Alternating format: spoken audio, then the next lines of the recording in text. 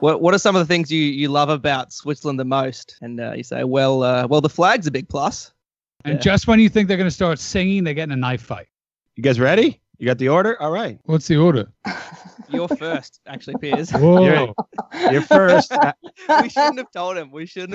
Just wait for the silence. You'll know it's you. All right, let's start. Shall we? You're doing the opening. I know. I'm just waiting for a second of silence so I can get in character.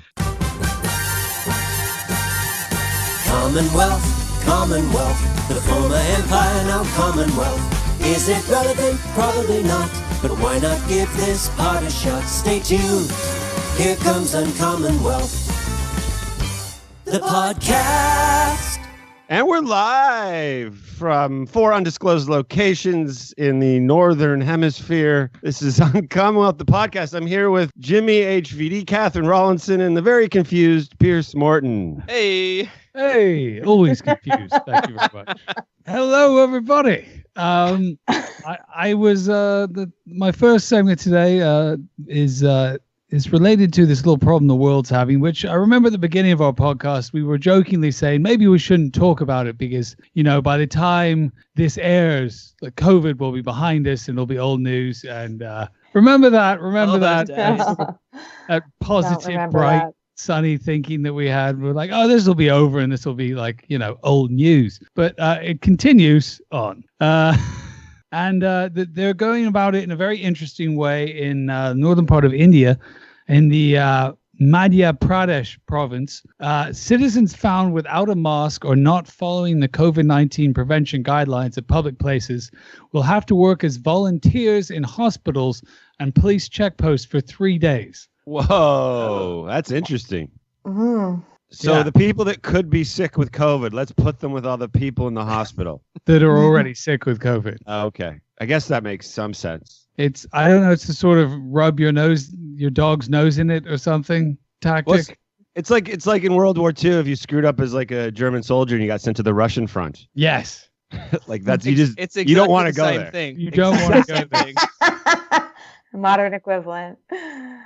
So what was the second thing, Piers? Have you either got to work at the hospital or do something at a checkpoint? At a police checkpoint for 3 days. You become, I guess, an honorary officer for 3 days. That doesn't sound too bad. Do you get a badge and a gun and stuff? That's an upgrade. Right?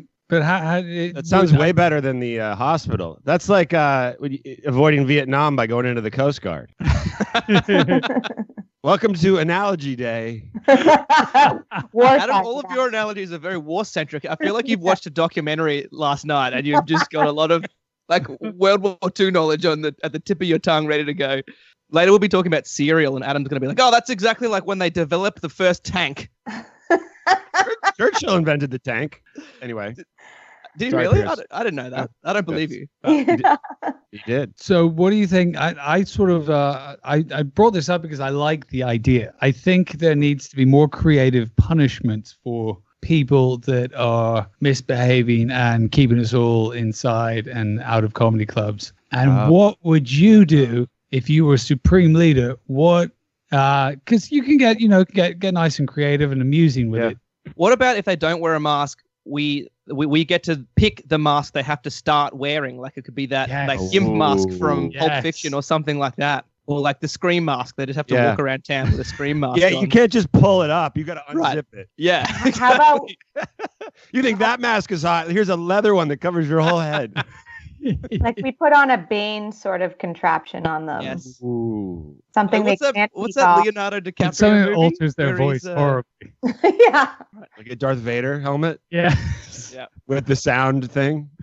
I'm about to go into a 2-week... So I'm going back to Canada. It's going to be a very strict 14-day quarantine. They've check up on you. All these things that I was hearing. I said, no, that's Korea. You must be talking about. Yeah. Nope. They come to your house on the average 4 times in 14 days. That's a lot. That's a lot. And you have to be every 48 hours? Do you have to be by yourself? Like at the house, you can't go to a house with people that already live in Canada, can you? No, absolutely not. So you have to find your own place. It's all at You have to have hotels, a right? plan. That'd be expensive. Because we have a house, we're gonna go to that, and you have to be only with the people you traveled with. And you can't even see people in like a backyard or anything like that. And you have to present a plan to immigration of how you're going to quarantine, how you're going to feed yourself. Show them your vision board. It's funny that you point that out about Canada, because America has the same guidelines, except there's no one checking you. It's just the honor system, which is, we all know from school, is not applicable to anything. By the way, I reckon this part of the pod fucking hilarious. Belly laughs, baby. I mean, the GIMP mask. We had him at GIMP masks. That was. Well, as soon as we said GIMP mask, I could hear the jingle that introduced the next segment. Yeah, right. Is Piers frozen for anyone else? No, me. Has he unfrozen as you, Adam? No, he's fine. As long as you can hear him, my guess is the master video is fine. So don't worry about it. All right. He's good on my end. He's wearing a GIMP mask now, though. You guys see that? The podcast. Katherine. Yeah. So I went about my favorite exercise in preparing for the podcast, which is trying to find lists that New Zealand is at the top of. No! Why did you do this to me? That's a great name for the segment. This is a substantial one. I'm very excited to reveal this because not excited at all.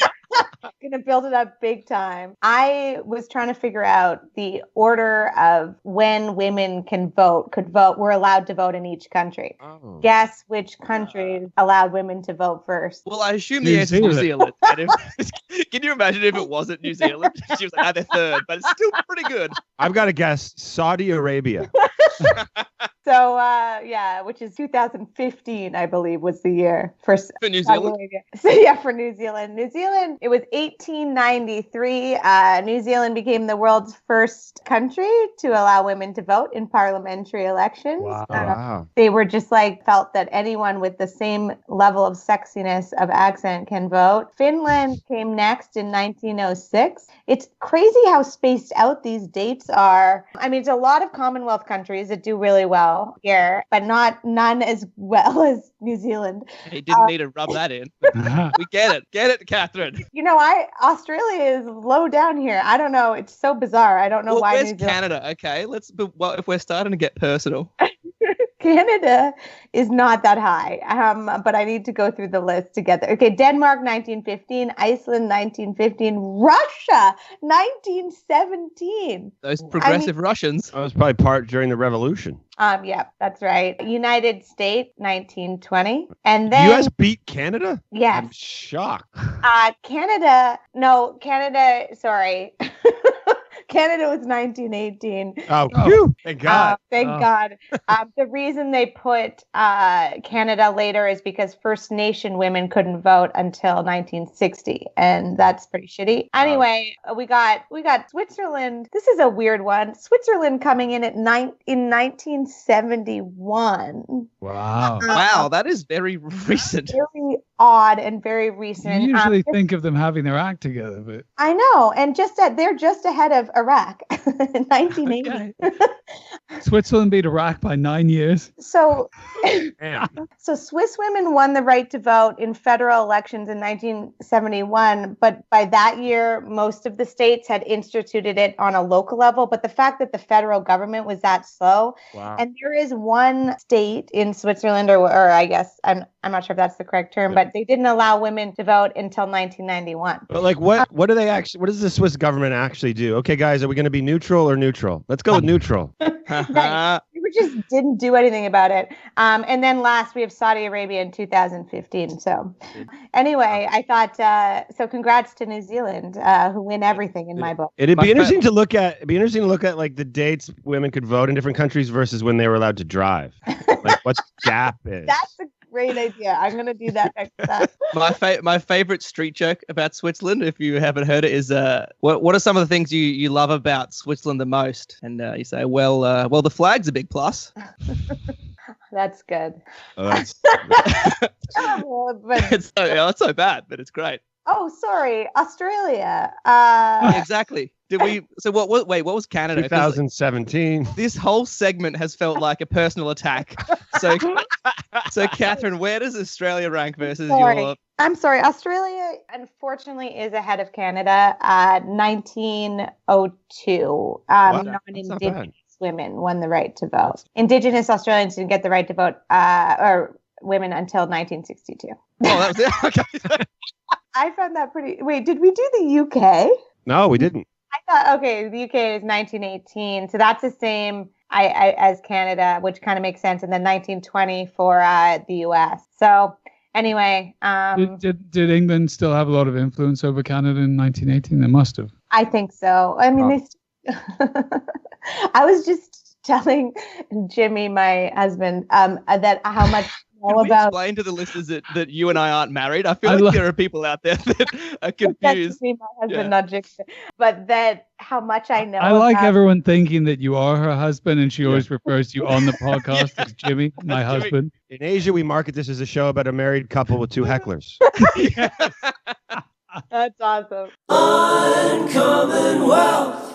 Okay, well, Katherine, I did not want to do this segment, but I feel like in for a penny, in for a pound. So I'm actually going to, with great reluctance, heap some praise on New Zealand after just having been through that. But it's only because, like, whilst clearly as an Australian, I love to shit on New Zealand, but at the end of the day, they are our siblings, so to speak. And it's because I think it was this week that Trump instituted a ban on New Zealanders coming into America because of COVID, which they just like reeked of oh, you can't break up with me, I'm dumping you. Yeah. sort of thing. Because New Zealand has been like globally renowned in their response to COVID, and they've got like 20 active cases after having none for the longest time. So they're doing really well. So when Trump did this, because New Zealand don't let Americans in, it was like, okay, seriously? But so I actually looked it up, and Jacinda Ardern, the Prime Minister of New Zealand, the youngest ever Prime Minister, she is just crushing it at the moment in terms of the polls and approval rating there, because they've got their election in September this year, and she's sitting at like 62% approval or something. It's a historic high. Her opposition is at like 15%. Because their party has been just Isn't that amazing that historic high is 62%? No matter how good you do, half the country still hates you. Yeah, well, because it doesn't add to 100, right? There's a bunch of people that just don't respond. Right. Exactly. Like, or they're like undecided or whatever. I'm indifferent. Right. Yeah. It also is hard to be popular while running a country, though. That's true. Yeah. I think it's just like being a parent. Heads up. That's so true. That's why you should have two prime ministers, and then you can have good cop, bad cop. Yeah, exactly. Good cop, bad cop. Exactly. But she had part of her like historic high approval, and the reason why she's just like a shoo-in essentially for this election in September is because of New Zealand's amazing response to COVID, which has been globally renowned. So they've just been crushing it. But the reason I bring this up, because whilst looking into this, I found out there was a poll in May of 2019, an Australian poll, where they ranked, there was a list of 12 recent politicians, like prime ministers, ex-prime ministers, or people who had like run for prime minister. And of the 12, Jacinda Ardern was included in this list. And they asked, I think it was about 1,500 Australians to rank these 12 politicians on different categories like integrity, relevance, believability, all these sorts of things. And essentially, like, who is the greatest prime minister Australia's had in the last few decades? And Jacinda Ardern won basically every category. So despite being a New Zealander, she is Australia's favourite prime minister by a very long margin. Oh, that's awesome. When was the last time Australia had a PM they liked? That's a long time ago. I can't. I feel like UK is similar though. Yeah. Well, that's again, it's the nature of once you're the leader, it's so easy for someone who isn't in the job to take shots at you. Yeah. I feel Trudeau is pretty popular. Well, he had a little hiccup a few weeks ago with that all that COVID money to the nonprofit that paid all of his relatives. I know, but oh my God, what? Yeah, a little hiccup. Plus, there was the old blackface incident. I had that. That didn't help. Which is weirdly less of a scandal than this recent thing. A fun thing I didn't realize I feel about like that scandal made him a little more three-dimensional. You know, he wasn't just such a the racism really adds a dimension. Just this pretty boy, perfect PM. What are you saying? Yeah, he can make mistakes. Like he's a human. You know, one of us. It's really funny, Piers. Yeah. I love it. Piers is like, yeah, that's something we could all find ourselves tangled up in. Sorry, Tim. So another fun fact about Jacinda Ardern, which I didn't realize, is that she's the world's second ever elected head of government to give birth while in office. Oh, Yeah, she gave birth to a daughter in June 2018. The first was the Prime Minister of Pakistan, whose name I'm sure I'm not pronouncing correctly, Benazir Bhutto. So she gave birth, Prime Minister of Pakistan. So Jacinda Ardern, second ever, had a daughter in 2018, which is pretty cool. How much time did she take off? How did that work? That's so cool. Oh, that's the one thing I didn't look. New Zealand does have a good paternity and maternity leave, I think. Yeah. So, another fun thing. So I don't like having to praise New Zealanders, but she deserves it. So she worked in a soup shop here in New York City. She lived here for a while and volunteered as a soup shop. So she's just unimpeachable across the board. But my final fun fact, because this is Piers, you and I will appreciate it, is that she worked at a fish and chip shop when she was in her younger days. That was her. I think most people, I worked in a pie shop in Australia. Absolutely. Fish and chip shop, and iconically newspaper. She's probably reading the newspaper, being so studious. Before she wrapped the fish, maybe that's where she got her start. Maybe, I don't know. I think there are fish and chip shops starting to pop up here in America, but it's an iconically British and Australian food. Just some fried fish, some chips. Jimmy, I feel like you saying good things about New Zealand. This whole segment is just a case of I'm going to make fun of myself before they can to try to diffuse it. Yeah. But it's not going to work. It's not going to work. Fun of him. It started as opposition research. I was like, I'm going to find something to take them down. And it turned out that they're just bloody amazing at everything. So I'd also like to point out that Jacinta took over just after the Hobbit movies had finished. So New Zealand was at an all-time low. Oh, right. They could only go up. The podcast. Okay, look, we all know that one of the best things to come out of the Commonwealth is James Bond, right? One of the best things to come out. So this is a new segment that's called Let's Cast a Movie. Ooh. So I'm going to give you the parts and the actors, and you have to assign the roles. I feel like I'm just going to cast Idris Elba for every role. Right, that's why I'm actually what Hollywood does anyway. For Bond and for the Bond girl. He can do it all. Slap a wig on that handsome man. Jimmy, that's why I said I'm going to give you the actors, the roles.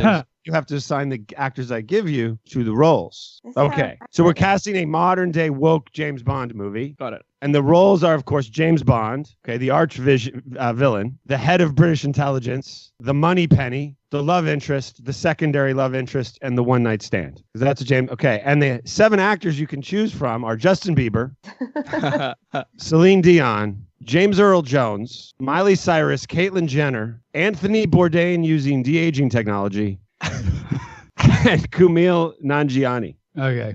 I think first question is, what is the name of the villain? Well, it depends who the actor is, probably. Oh, well, I mean, okay. Well, which comes first, the chicken or the egg here? I think Celine Dion would be a fantastic villain. She would. She oh has my God, the French accent. Yeah, with a French accent, spinning around in a chair. Yeah. With a hairless cat on her a hairless cat on her lap. I know, Mr. Bond. I expect you to die. I was hoping that Katherine would do her her Italian/French accent. I think you are in the wrong place, Bond. That was very Celine Dion. Yeah. That was such a weird threat. Who else do we have left to cast? Anthony Bourdain. Everyone. Anthony Bourdain with de-aging would be a good henchman, I feel. He'd be a good Bond as well, though, I reckon. He would. Anthony Bourdain. He'd be a good Bond. Very Clive Owen-y. Yes. Sort of grizzled. And no nonsense, like a gruff Bond. We've got, actually, this might be a controversial call. I reckon Miley would play a good Bond. Ah, yeah. Wow, with the shaved head? Yeah, the shaved head Miley. It's a very 2020 Bond. That's great. Yes. I like that. I like a female protagonist against a female antagonist. That's a Miley versus Celine showdown. That's a clash of the titans right there. And just when you think they're going to start singing, they get in a knife fight. Have a dance off could be the big climax. It's a musical, this Bond movie. Bond on ice. Can you remind me of some of the other actors? Justin Bieber is the one night stand. For sure. Then you got James Earl Jones, Caitlyn Jenner, and Kumail Nanjiani. James Earl Jones is the money penny, or the M. Was the M? Oh, the James head Earl of- Jones is the head of British the head, That's yeah, how I he's see James. And then Earl Jones, Kumail yeah. could be Moneypenny. Yes, he'd be a great money penny. Yeah, because Moneypenny's the one that he flirts with a lot, right? So in this instance, it could be Miley and Kumail flirting a lot. Yeah, I love it. Well, I love it. Kumail's sort of madly in love with Miley, and Miley's just right. Hey, we gotta get this film made. good. I'm loving pretty it. good. So what about? So then Caitlyn Jenner would be the secondary love interest because that's all that's left. I forgot about Caitlyn Jenner. I want Caitlyn Jenner to be the Celine Dion's like assistant. No, she's the odd job. Villain. She's the henchman. She's the hairless cat.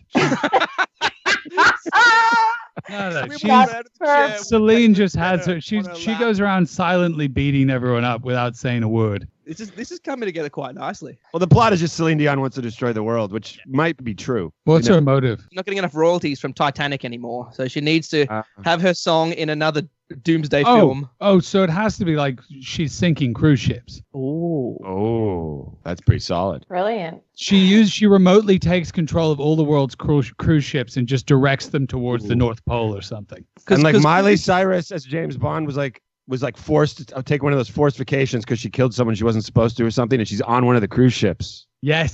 I like the idea of this fantasy movie where cruise ships are It's like safe, Die Hard. and then Celine makes them dangerous. Well, they're not safe. Yeah, It's like Die Hard meets Speed 2 meets James Bond. it's Contagion because there's Meets also Contagion. a massive virus spreading amongst the ship. All right, Catherine, as the pregnant woman here, you're going to have to pitch this to the execs. Okay. We should quit Uncommon Wealth and make the film. This is officially the last episode. I think if we open our pitch with Celine Dion is the arch villain, You've got me. I'm listening. Miley Cyrus is Bond, they'd be like, sign me up, baby. Shaved, bleached hair, Miley is Bond. It'd crush. Yeah, and instead of like turning around on chairs, she's just like on a swing, She comes in on a wrecking ball. on a wrecking ball. Yeah. Into the villain's lair. That's how she gets in. Oh, on a wrecking ball. That movie would be awesome. Like the Empire, we're almost done. We hope that you've had lots of fun. Was it relevant? Probably not. But thanks for giving this part a shot. Stay tuned for the end of Uncommon Wealth, the podcast. Stay tuned for Uncommon Takes.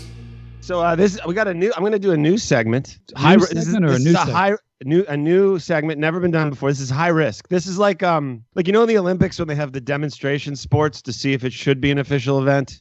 Right. This could go like one of 27 different ways. Let's see. Okay. This is the horseback archery of the 2000 Sydney Olympics. Exactly. Well, let's hope not. That sounds terrible. Uncommon Wealth, the podcast.